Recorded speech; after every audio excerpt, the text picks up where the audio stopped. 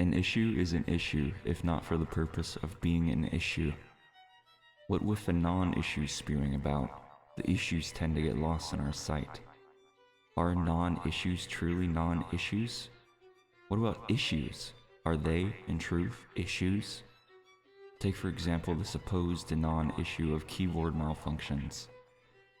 Generally tending to be sparse, they plague a few poor souls.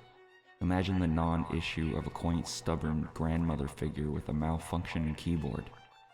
What is she to do but huff in annoyance at the spacebar refusing to space? It is these types of non-issues that, in my opinion, are the true issues. In accordance with these socially determined non-issues, I'd like to bring to light the act of chewing food with the mouth open. It is, with some food, a terribly classless act. Not only does it present the public with the tumor-inducing sound of chewing, but also spews out fragments of chewed-up sustenance. While this is a horrendous social injustice, there are a few foods in which the act of chewing with the mouth open is, in fact, permitted. Gum, steak, rice, and uncooked bagels. The purpose of these varies, though one thing remains constant. It isn't annoying. One of the worst foods one can chew with the mouth open is, of course, chips. The rather stiff crunching sound paired with the notion that chewing the chips with the mouth open somehow adds to the experience makes it the worst culprit. This isn't to say there aren't other foods that aren't as bad as chips. Take for example, sushi. But chips are the most obvious offender. What is the motive behind this heinous act? What drives an individual to so rudely crank open their foremost orifice to chew food in such a rude manner?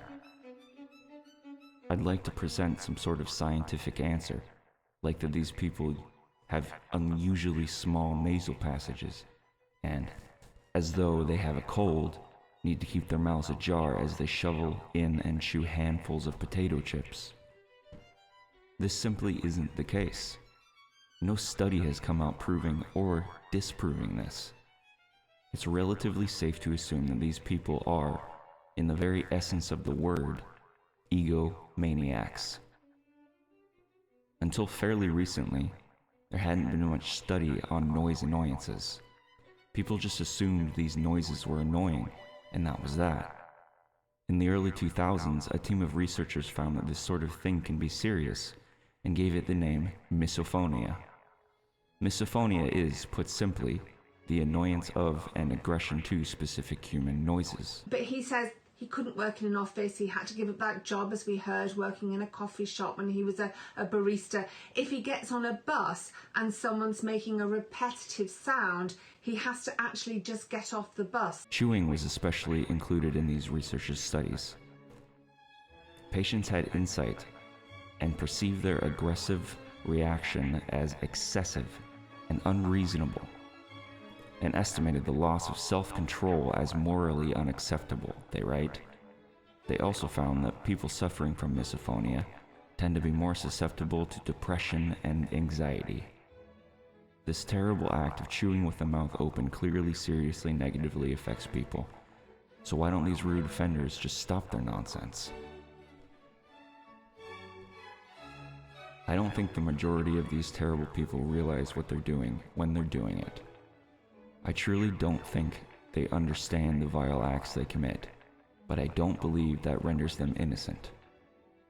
Who is unable to see their flaws and wrongdoings but an egomaniac?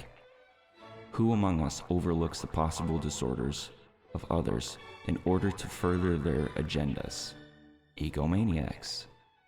People who chew food with their mouth open are, put simply, egomaniacs. They sit there looking all innocent, chomping away at whatever it may be that they chomp at, while we dash lewd looks at them. It seems they would have assessed the purpose behind those lewd looks, but alas, here we are, annoyed and confused. The solution, the only viable solution, is to dart our hands at their mouths, hold the mouths open, and tell them a long-winded story while they sit there in utter shock. There have been other proposed fixes for this non-issue, but my solution is the most effective. Many people simply suggest telling these people to close their agape mouths. This, while polite, is a short-term fix. Open-mouth chewers will simply forget of the incident after a time. Holding the mouth open right before the offender takes a bite, telling them a long-winded story, all the while will be forever stuck in their memories. It's something that will, hopefully, negatively affect these people without going so far as to physically harm them. The proposed long-winded story should start something like this. Have I told you the story of the time I told this story to the man who really, and I mean really, liked to tell stories to people who didn't necessarily enjoy stories, but still would wait until the storyteller finished before going back to his or her meager life, which could in turn be turned into a rather humorous story of a man or woman who lived a meager life? With this fix, I do believe we can quite possibly cure misophonia.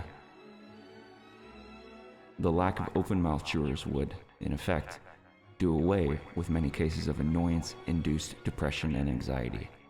It could pave the way for the next generation, allowing for infinite new possibilities. So if you are an incessant open-mouth chewer and you're newly enlightened to these facts, I hope you can change your ways. I hope for the sufferers of misophonia, you can cut your hellish tendencies and forget the ways of the egomaniac.